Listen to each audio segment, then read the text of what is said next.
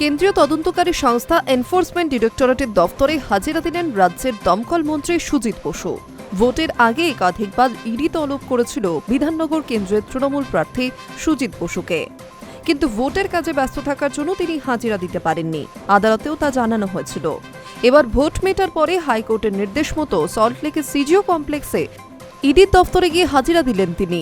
এর আগে সুজিত বসুর বাড়ি ও অফিসে হানা দিয়েছিল কেন্দ্র তদন্তকারী সংস্থা। তাদের যে ধাবাটি রয়েছে সেখানেও ইডির অভিযান চলে। এমনকি সুজিত পুত্র সমুদ্র ও পরিবারের অন্য সদস্যদেরও ডেকে পাঠিয়েছিল ইডি। তাদের বয়ানও সংগ্রহ করা হয়। ইডি সূত্রে খবর, দক্ষিণ দমদম পুরসভার নিয়োগ সংক্রান্ত বিষয়ে সুজিত বসুর কাছ থেকে বেশ কিছু তথ্য জানার জন্যই এই হাজিরা। পাশাপাশি সেই ধাবাতেও ইডির নজর রয়েছে বলে সূত্রের দাবি। হাইকোর্টের নির্দেশ ছিল 1 মে সকাল 10:30টায় হাজিরা দিতে হবে তাকে। নির্ধারিত সময়ে পুত্র সমুদ্র নিজের আইনজীবীকে সঙ্গে নিয়ে সিজিও কমপ্লেক্সে পৌঁছে যান সুজিত বসু। ইডির দফতরে প্রবেশের সময় সুজিত বসুর কাছ থেকে জানতে চাওয়া হয় তার কাছে কোনো নথিপত্র চাওয়া হয়েছে কিনা তদন্তকারী সংস্থার তরফে।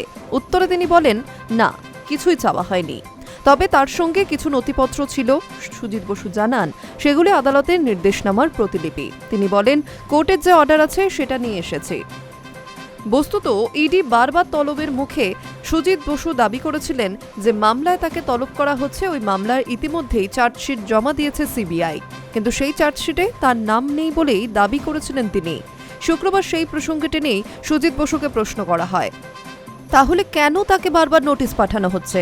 জবাবে দমকল মন্ত্রী জানিয়েছেন, কেন নোটিশ পাঠানো হচ্ছে সেই বিষয়ে তার কিছুই জানা নেই। বিগত কয়েকদিনের মধ্যে পুরনিয়োগ দুর্নীতি মামলায় জিজ্ঞাসাবাদের জন্য সুজিত বসুকে একাধিকবার তলব করেছে কেন্দ্রীয় তদন্তকারী সংস্থা এনফোর্সমেন্ট ডিরেক্টরেট। তবে তিনি প্রতিবারই ইডির থেকে সময় চেয়ে চিঠি পাঠান।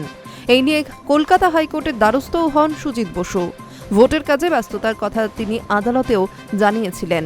বিচারপতি কৃষ্ণ রাওয়ের বেঞ্চ জানিয়েছিলেন 1 মে সুজিত বসুকে হাজিরা দিতে হবে ইডি দফতরে। আদালতের বেঁধে দেওয়ার সময়ের মধ্যেই এবার ইডি দফতরে হাজিরা দিলেন Sujit Basu. Hi news network.